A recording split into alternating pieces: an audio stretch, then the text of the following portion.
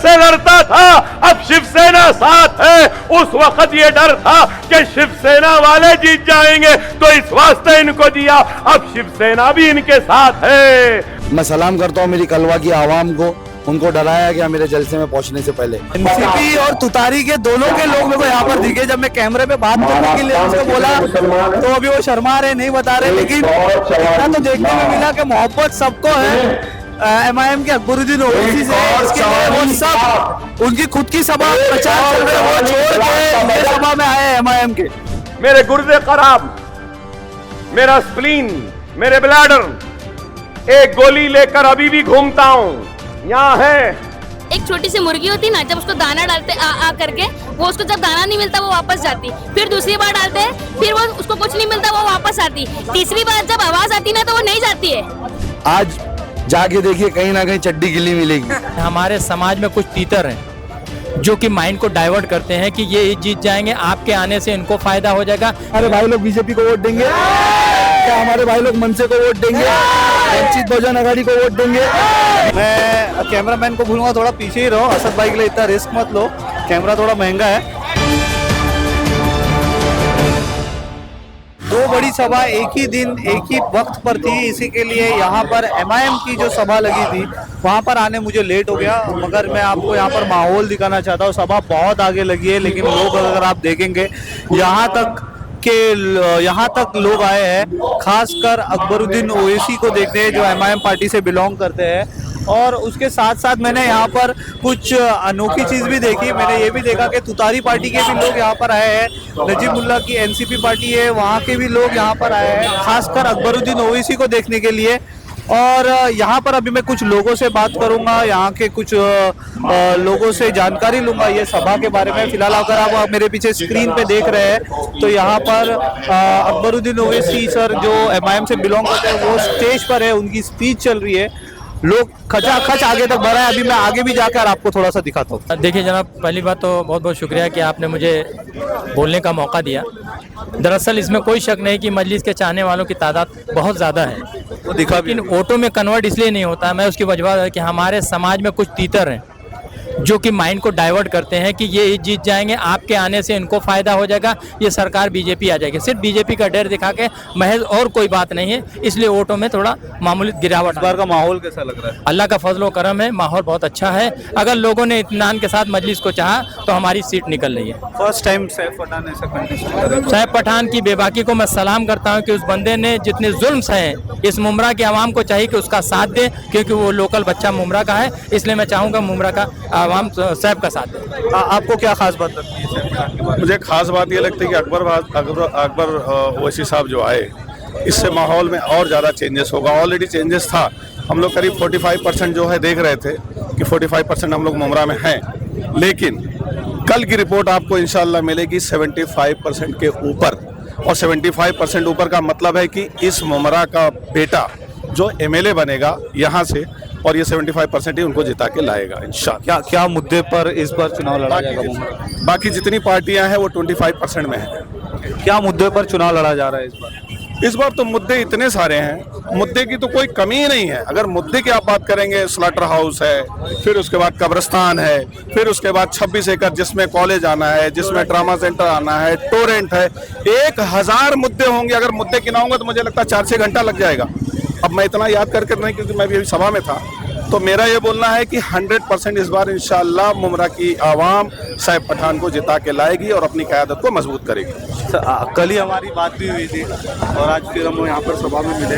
जैसे सर से मैंने एक सवाल पूछा था कि पब्लिक तो बहुत जमा हो गई, अगर ये इतने लोग अगर वोट देते हैं एमआईएम को तो एक बहुत बड़ा फर्क पड़ेगा वोट बैंक में, आप क्या बताएंगे सर? देखिए भाई, इंशाल्लाह चेंजेस तो आना ही है, चेंजेस आना है बिल्कुल।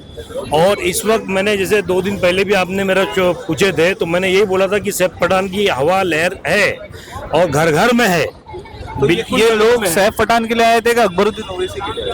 जी सर, ये जो लोग आए थे ये सैफ पठान के लिए खासकर आए थे, अकबर सिर्फ पठान के लिए आए थे, मजलिस के लिए आए थे, उनके कैंडिडेट के लिए आए थे, आवाम के वो खातिब करने के लिए आए थे। और अल्हम्दुलिल्लाह बहुत बेहतरीन जलसा हुआ है, लोगों के जहन में गया है, हर मुद्दे बेबाक से वो लोग ने बोला है। अभी आप सवाल देख के तो आप खुद ही समझ गए रहेंगे, सामने वाले लोग की सिट्टी गुल हो गई रहेंगी, ठीक है। और मुद्दे की जो तुम बात कर रहे हो जाहिद भाई, वो मेरे से तो आपको मालूम रहना चाहिए कि बुमराह में कितने मुद्दे हैं। मेरे को बताने की जरूरत है क्या? आप बताएंगे, मैं बताऊं? मुद्दे तो बहुत सारे है ना, तो फिर मेरे ये मुद्दे की बात तो कुछ नहीं, पूरे मुमरा को मालूम है कि मुमरा में कितने जोल हुए हैं, कितने गबन हुए हैं, रिजर्वेशन प्लॉट, अपना गर्ल्स हॉस्टल, अपना कब्रिस्तान का इन लीगल पेपर, जो लीगल पेपर अभी तक ही नहीं आया है।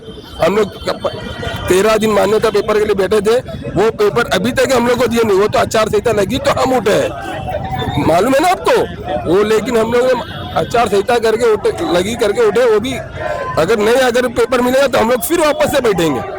और प्लस गर्ल्स हॉस्टल अपना जितने भी गबन है, और अभी देख लो अपने ये शमीम खान आपके जो एनसीपी अध्यक्ष और है, एक तरफ एक दोनों एनसीपी, एक तारा और एक सितारा, जैसा सरदार बोले तारा और सितारा, वो दोनों खाली माइंड डाइवर्ट कर रहे हैं, बाकी और कुछ नहीं है।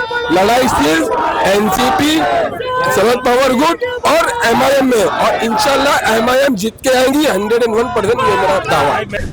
आज भी अकबरुद्दीन ओवैसी एक सुपरस्टार पॉलिटिशियन माने जाते हैं। माइनॉरिटीज में इसी को देखने के लिए यहाँ पर लोग आए हैं कि देखें कि वहाँ की स्पीच चालू है, खचाखच ये रोड यहाँ पे भरा हुआ है। अब ये जरूरी है कि जितने लोग यहाँ पर आए हैं इनमें से वोटर्स टर्नआउट कितने निकलते हैं, क्योंकि अगर ये जितने लोग मेरे को यहाँ पर दिख रहे हैं, अगर ये पक्का एमआईएम के लिए वोटर्स टर्नआउट निकलते हैं, अगर ये वोट करते हैं तो एक बहुत बड़ा सपोर्ट और एक बहुत बड़ी नंबर्स एमआईएम को कलवा मुंबई में मिल सकती है। क्योंकि कलवा मुंबई में भी हमने देखा कि एमआईएम की प्रचार रैली जोरों शोरों में चल रही है। मैं आगे जाऊंगा, आगे एमआईएम के जो सदस्य हैं उन लोगों से बात करूंगा। सर, फर्स्ट टाइम मेरे को इलेक्शन में ये एक्सपीरियंस हुआ कि एक्चुअल में कंपटीशन चल रहा है। नहीं तो हमेशा आपने भी देखा होगा कि कहीं ना कहीं इलेक्शन कॉम्प्रोमाइज्ड हो जाता था हमेशा। क्या बताएंगे आप आज के इस जलसे के बारे में, इतना बड़ा जो आज इतनी तादाद में लोग आए थे आपको देखने के लिए? देखिए, अल्हम्दुलिल्लाह मेरे अल्लाह का शुक्र है कि आज उसने मुझे यहाँ से मौका दिया कि मैं मेरी कॉन्स्टिट्यूएंसी को रिप्रेजेंट कर रहा हूँ। मैं बैरिस्टर असदुद्दीन ओवैसी का शुक्रगुजार हूँ, अकबरुद्दीन ओवैसी साहब का शुक्रगुजार हूँ कि उन लोगों ने मुझ पर भरोसा किया। मैं मेरी आवाम का शुक्रगुजार हूँ कि कितना भरोसा वो दिखा रहा है। आज आपने देखा उन पे, आपने देखा होगा कि आज आपको एक्सपीरियंस हो रहा है। पिछले 8 दिनों से कंटिन्यूसली एमआईएम जलसे कर रही है, और हर जलसे में अल्हम्दुलिल्लाह हर जगह पे, जब हम लोकल लेवल पे भी कर रहे हैं तो हज़ारों की तादाद में लोग वहाँ मौजूद है। आपने देखा कल कलवा में मेरा जलसा था। मैं सलाम करता हूँ मेरी कलवा की आवाम को, उनको डराया गया मेरे जलसे में पहुँचने से पहले। उनको धमकियाँ दी गई कि तुम्हारा पानी बंद कर दिया जाएगा, तुम्हारे घरों को तोड़वा देंगे, टैक्स पौती नहीं लगाएंगे। फिर भी वो बेखौफ होकर के मुझ पर भरोसा करके बाहर आए। तो अल्हम्दुलिल्लाह कहीं ना कहीं जो लोग कहते थे ना कि मुकाबला एक तरफा होगा, वो अब इंशाअल्लाह ताला आज जाके देखिए कहीं ना कहीं चड्डी गिली मिलेगी। देखिए कि कैसे है ना कि ये चुनावी मुद्दे नहीं है मेरे लिए। पहले तो मैं बताऊँ, ये मेरे शहर की तकलीफ है और ये मेरे घर की तकलीफ है। मैंने हमेशा कहा है ये मेरा चुनावी जुमला नहीं, ये शहर मेरा घर है और इसमें हर तकलीफ जो है वो मेरी खुद की तकलीफ है। तो ये चुनावी जुमले नहीं। हाँ, ये बात सही है कि तकलीफ़ों के अलावा भी इस शहर को अभी तरक्की के रास्ते पे लेके जाना है। इस शहर में एजुकेशन सिस्टम सुधारना है, इस शहर में एक हेल्थ सिस्टम को जो सुधारना है, इस शहर को डेवलपमेंट देना है, इस शहर को यानी रोज़गार देना है। आज हर चीज़ों से महरूम है मेरा शहर। क्या आप देख रहे नहीं कि 15 साल के विधायक और 20-20 साल के नगर सेवकों ने भी 1 महीने पानी जैसी बुनियादी सहूलतों पे धरना आंदोलन किया। अफसोस होता है कितना सोच करके कि इतनी ताकत रखने के बाद, इतना टाइम इख्तियार में रहने के बाद बुनियादी सहूलतों के लिए आज वो धरना आंदोलन कर रहे हैं। तो ये सब चीज़ों को अभी सुधारना है इस शहर के अंदर, और इंशाअल्लाह ताला ये भी कहीं भरोसा है कि मजलिस को इस बार आवाम मौका देगी और आने वाले वक्त में इन सब चीज़ों पे कोई धरने की ज़रूरत नहीं पड़ेगी। बेशक आपने देखा, मैंने कैलकुलेशन बताया, जब आपने अगर मेरी स्पीच पूरी सुनी होगी तो मैंने बताया कि किस तरीके से हमको एक तरफा कहानी दिखाई जा रही, सच हमको बताया नहीं जा रहा है।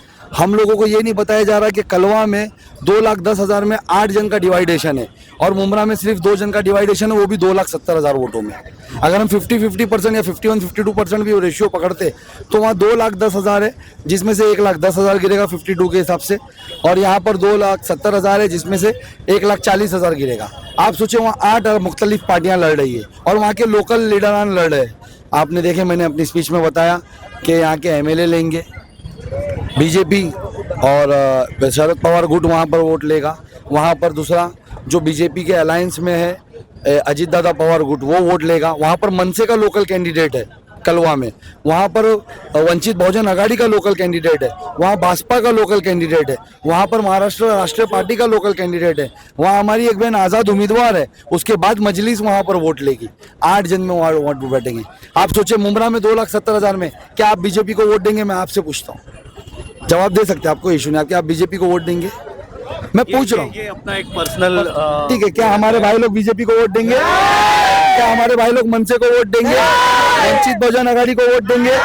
BSP को वोट देंगे? महाराष्ट्र निर्भय पार्टी को वोट देंगे? जो वहाँ पर लोकल कैंडिडेट खड़ा है उसे वोट देंगे? तो बच्चे कौन? क्या कब्रिस्तान चोर को वोट देंगे? स्लाटर चोर को वोट देंगे जिसने तालीम बची मजलिस है? तो ये 1,40,000 पे इंशाल्लाह ताला एक मुश्त वोट इस बार मजलिस को गिरेगा।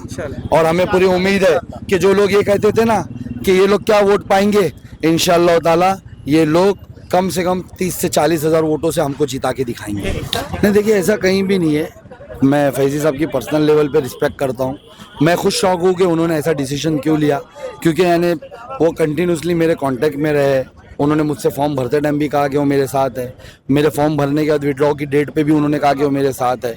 उसके बाद उन्होंने कहा कि यानी आपका प्रचार आगे बढ़ेगा तो मैं आऊँगा। जब आम आदमी पार्टी के कुछ लोगों ने सामने समर्थन दिया तब भी उन्होंने कहा था कि वो मेरे साथ है। ठीक है, अब हो सकता है कि उनका कुछ यानी पर्सनल रीज़न रहा हो, मैं उस पर वो नहीं करूँगा। लेकिन मैं ये फैजी साहब से ये उम्मीद नहीं करता कि किसी भाजपा को वोट दिलाएंगे।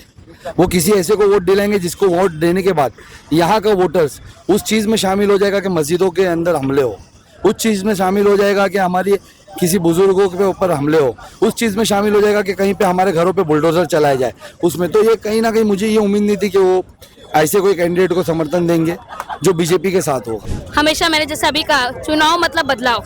तो इस बार मुमरा शहर को बदलाव चाहिए। तो ये हम लड़ने से, ये लड़ने से हमारे वोट जो है वो अलग होते थे, वो डिवाइड होते थे।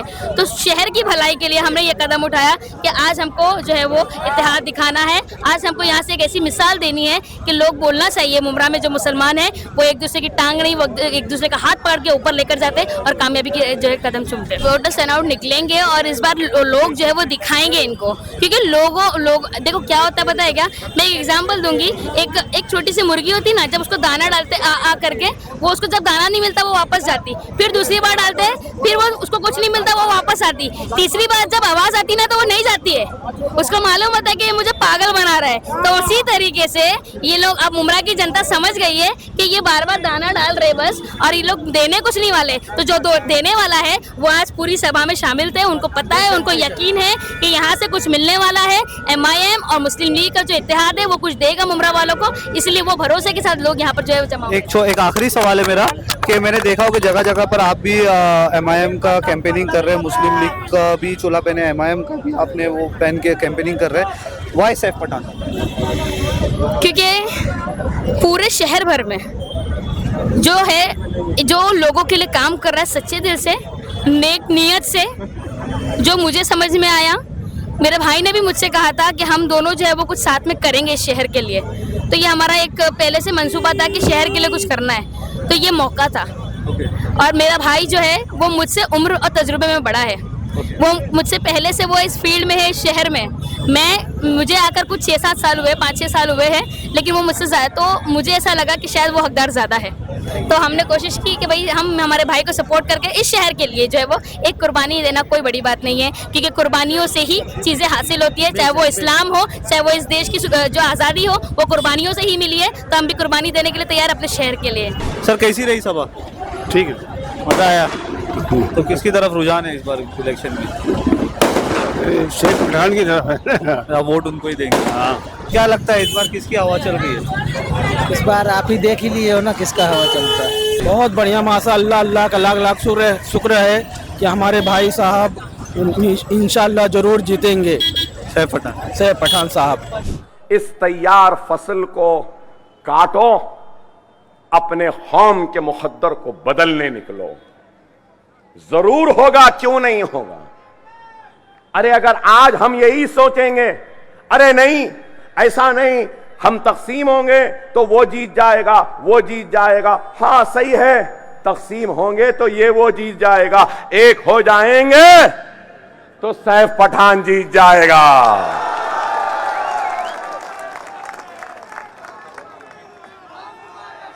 अरे डाल के तो देखो ना, डाल के तो देखो ना। कल तक, उससे पहले परसों पवार के नाम पे अकेला था, शिवसेना से लड़ता था, अब शिवसेना साथ है। उस वक्त ये डर था कि शिवसेना वाले जीत जाएंगे तो इस वास्ते इनको दिया, अब शिवसेना भी इनके साथ है, कांग्रेस भी इनके साथ है, तो फिर काहे का डर। हमको हमारे वोट मिल जाए तो बस है, क्या नहीं देंगे। अरे मैं यहां आया हूं तो किस लिए आया हूं? कुछ दौलत कमाने आया हूं, आपका घर लेने आया हूं, आपकी दौलत लेने आया हूं? नहीं मेरे भाई, मैं सिर्फ और सिर्फ इत्तेहाद के जरिए आपकी ताकत को, आपके जज्बे को, आपके ईमानी हरारत को समेट कर मेरे कमजोर जिस्म को ताकत दूंगा और आपके मसाइल को अपने नुमाइंदों के जरिए हल करवाने के लिए आया।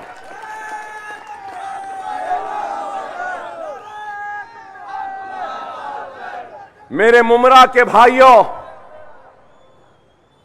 मैं बीमार आदमी हूं, मेरे पेट में अंतड़ियां बहुत कम है, मेरे गुर्दे खराब, मेरा स्प्लीन, मेरे ब्लैडर, एक गोली लेकर अभी भी घूमता हूं। यहां है, खाना नहीं खा सकता, पानी पर, जूस पर जिंदा रहता हूं, दिन में एक दिन खाता हूं। डॉक्टरों ने कहा कि अकबर ओवैसी तुम वॉल्केनो पे हो, तुम मर जाओगे, मगर मैं ये कहता हूं, मेरा कर्ब, मेरी तकलीफ, मेरी भूख, मेरी प्यास, मेरी मुसीबत से बढ़कर मेरी कौम की तड़प है, उनकी भूख है, उनकी प्यास है, इसलिए आया हूं। खुदारा अपने एक एक वोट के जरिए इस वोट का इस्तेमाल करो। मैं मदारी हूं क्या? मैं मस्खरा हूं क्या?